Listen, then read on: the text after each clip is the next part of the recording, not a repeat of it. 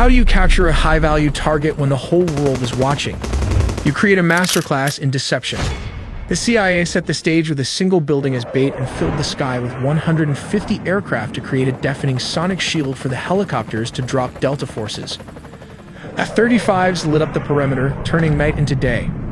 By the time the dust settled, the helicopters had already touched down and Maduro was gone. We'll also look at how the US uses the F-35 jets in its Navy to launch a large-scale attack, all in the video ahead. In the dead of night that is 2 in the morning, the lights went out in Caracas. By 5 a.m., the president of Venezuela was gone. But how US played a deception games. While the whole world were focused on the aircraft carriers in the Caribbean, a shadow war was being fought on the ground. This wasn't an invasion, it was a surgical extraction.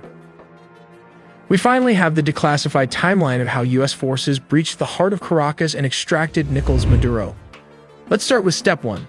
The setup. This didn't happen overnight. For months, the US had been tightening a naval quarantine around Venezuela. The US Gerald R. Ford Carrier Strike Group and the US Iwo Jima Amphibious Ready Group were parked off the coast. The pretext was clear. The US designated the Venezuelan government a narco-terrorist state, specifically targeting the drugs lords, but while the Navy squeezed the coast, intelligence assets were tracking one man. They waited for a specific window, a moment where Maduro was stationary and vulnerable. Step 2. The strike. It began at exactly 2 in the morning Venezuelan Standard Time. High above, several F-35 stealth fighters punch a hole through the enemy lines, destabilizing their anti-air defenses. Like these Russian S-300 missiles located all over the strategic high-value target. With the skies cleared, the path opens for Delta Force helicopters to fly straight towards the mission. Here comes the deception as the helicopters flew. The jets started firing with more strikes as it hit Fort Tuna, the main military base and command center, and La Carlota Air Base, destabilizing Venezuelan air support. Reports from the ground described widespread explosions and a sudden communications blackout. The chaos wasn't the goal, it was the cover. But how did the raid happen? We have to look at step 3. Under the cover of darkness and chaos, the Tier 1 operators went to work. But what is the exact unit tasked with the mission? It is the Delta Force, one of the most elite secretive special forces units in the US military. Witnesses in Caracas reported low-flying aircraft skimming the rooftops, flying well below radar coverage. The team breached a secure compound believed to be a safe house within the massive Fort Tuna complex. Resistance from the Venezuelan Presidential Guard was swift but ultimately futile, as the helicopters lay cover fire. The operators moved with surgical speed, landing on multiple points. But how exactly the capture and extraction happened? For this, let's look at step 4. Specialized helicopters hovered over the objective to insert the assault team. While dozens of attack helicopters laid down suppression fire, the Delta Special Forces descended and started the search for the high-value targets. How did they find him?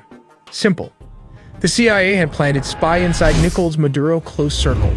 While back in the US, Delta Force built an exact replica of his safe house, rehearsing the raid until they could do it blindfolded. While operators breached the room so fast, his security could not even react to the situation as the sound of flash grenades disoriented the security guard. Using blowtorch, they caught him before he could even lock all the doors. Maduro's shock and awe froze him as Delta Force breached the compound. Nicolás Maduro and his wife, Celia Flores, were physically secured. This wasn't a negotiation. They were detained and immediately moved to the extraction point. These aircraft are capable of performing urban extractions from buildings and refueling in midair. Within minutes, they were airborne, leaving Venezuelan airspace and heading to a secure floating staging base in the Caribbean. This Operation Southern Spear has changed the geopolitical map of South America overnight.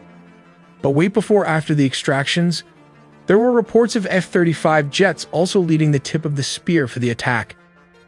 We'll look how the United States used F-35 jets instead of F-16s for operations in Venezuela, because this is a well-organized and militarized Venezuela has positioned advanced Russian S-300 missile systems, Chinese radar networks, integrated Russian air defenses, and Shahed drones along its borders. This creates a highly lethal and challenging environment that older F-16s would struggle to survive. As stated, around 150 aircrafts and a massive 8 US destroyers were stationed there.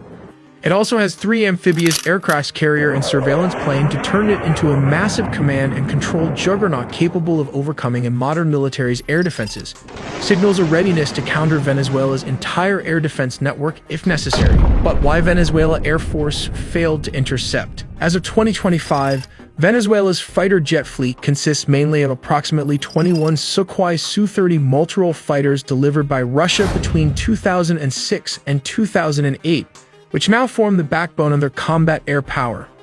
Additionally, they maintain about 5 operational S-16 Fighting Falcons from an older batch, including 3 single-seat S-16As and 2 two-seat S-16Vs. These S-16s are aging and suffer from limited maintenance and part support due to U.S. sanctions,